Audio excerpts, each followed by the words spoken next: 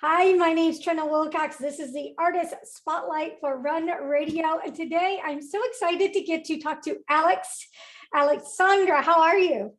I'm good. Thank you for having me today. How are you?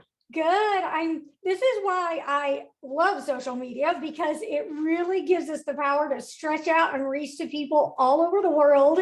And you are a well-known traveler and song artist. So tell me about your experience, where you grew up, where you reside now, and your music. That's always such a complicated question for me because it is a little bit confusing. So I am ethnically Georgian and I was born in Russia. So these are two neighboring countries. And because of that, I have two native languages. And then when I was around 26, I moved to China and I spent like 5 years there and I built pretty good musical career there. And after that, I moved to America. And the way I moved to America was very fun because I met my Australian husband on Tinder in China. Oh my goodness. Oh my gosh. Yes, and he's an engineer, works in Silicon Valley, and then he proposed, and we relocated to California. So this is like like complex, very complex. No kidding. Where's your favorite place to live? Do you have one? I do actually. I really enjoy life in California.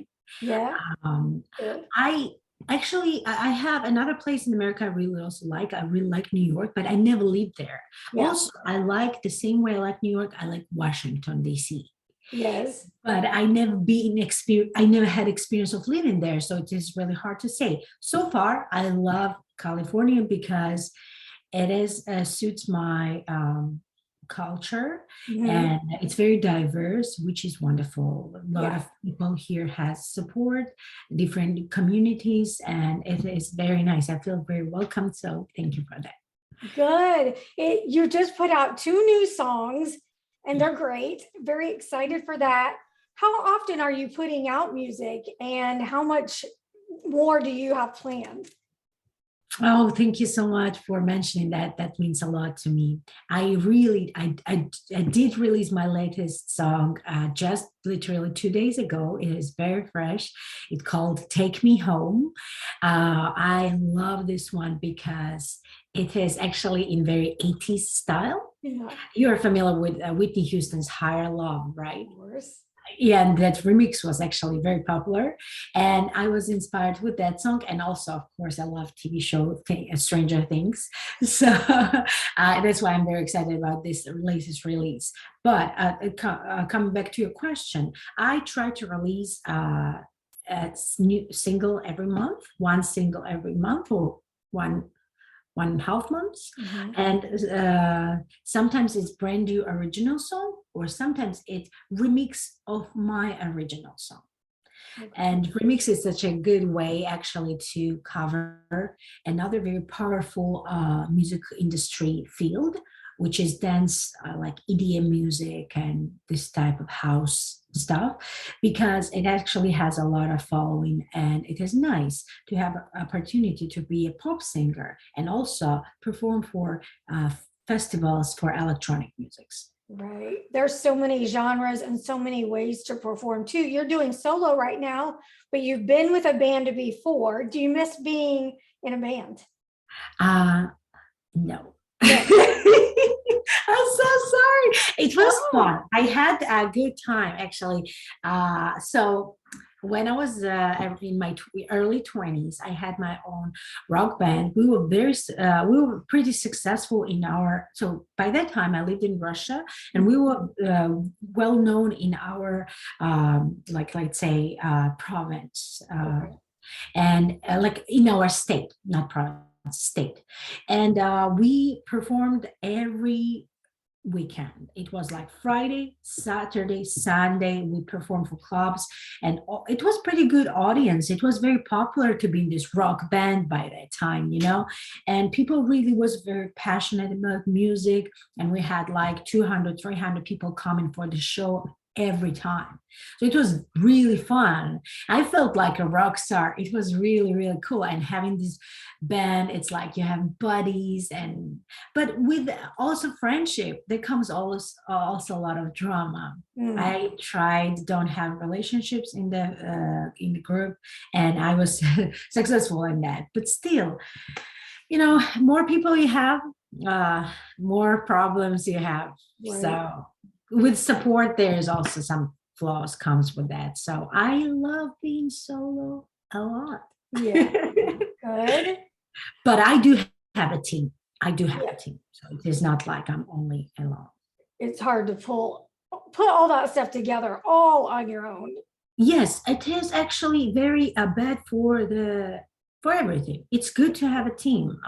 The best product you have when it comes to music or production or anything is when you have right people in right place. And it is not a band anymore, but it is a team. Like I have person who works with me about marketing and helping me to do strategy for releases and stuff. I have person who I work about, like for example, music videos coming, and I work with her to work on my style and outfits. So she's a stylist, personal stylist. Yeah. And I have a person I work about video production stuff. So this is like a big team of people, actually. It's A not lot of one. moving parts. Yes, and everyone is in a good, they know their job. This is the most important part. Yeah. So do you plan on kind of staying localized and performing, or do you have a tour in mind, or what's your future plans? I know you've got some new changes coming Yes. family wise. Yes, So yes, I should reveal that I am expecting a baby. I'm on congratulations. my fifth. Thank you so much. I am my fifth month of pregnancy, and we didn't plan it, but we were very happy. I mean, we wanted to have a baby, but we didn't know when we were going, and then surprise! Yeah. So I think it's a good time for that. So because of that, I was unfortunately. Like I had some opportunities to perform for festivals in October, and I am unfortunately will not be able to take part for that because it's very close to my due date. I will be like on my 9th month of pregnancy, like Yeah. 2 weeks Yeah. for that. So I'm going to perform July and September and keep it local to avoid stress and travel. So And in February, I'm going to come back and start working primarily locally, but I will also apply for US festivals. But I should mention, I moved to America 2 years ago, and the whole year actually was lockdown. And I have started just a year ago, and I'm very proud of achievements I already have for now during this year.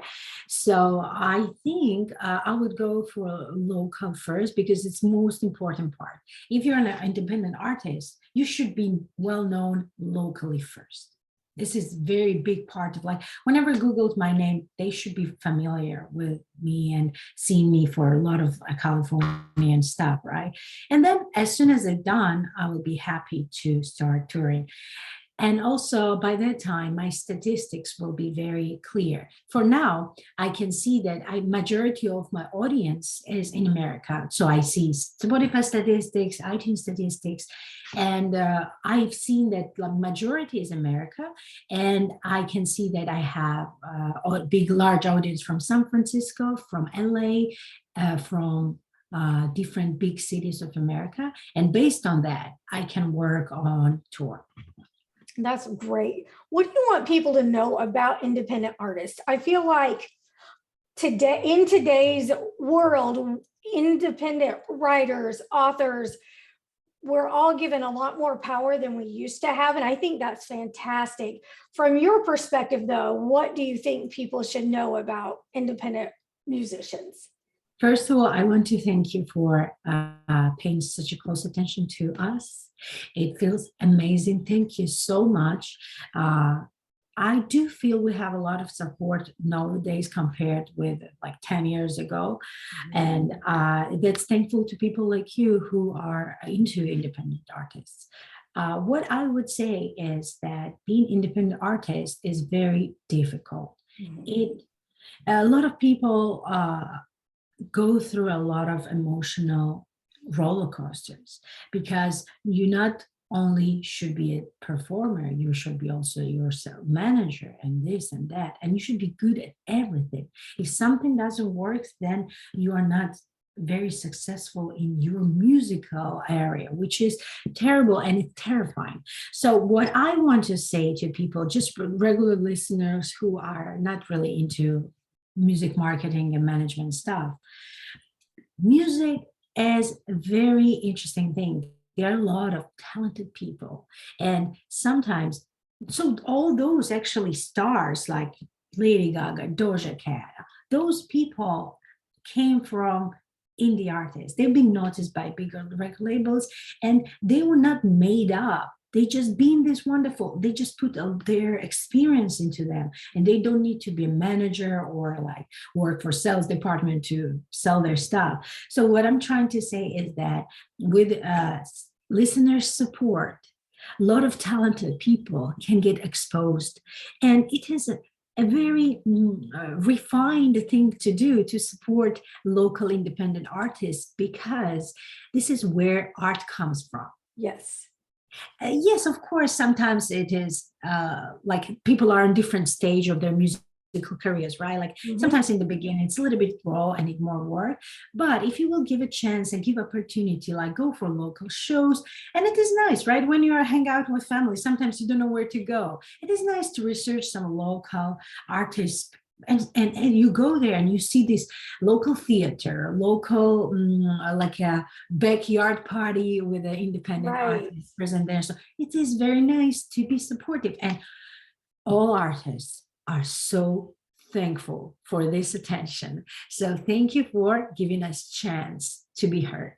You got it. You keep sending us stuff. We'll keep sharing it. You share Run Radio, and we'll keep getting. The goal is to get the Run Radio playlist heavily, primarily indie artists. So we just got to get the word out and support each other, and we'll get it done. Thank That's so you so wonderful. much for sharing your music, your story, and best wishes moving forward. And we'll be in touch. Thank you so much. I can't wait to hear from you. Thank you. Have a good day. Thank you too. Bye bye. Bye.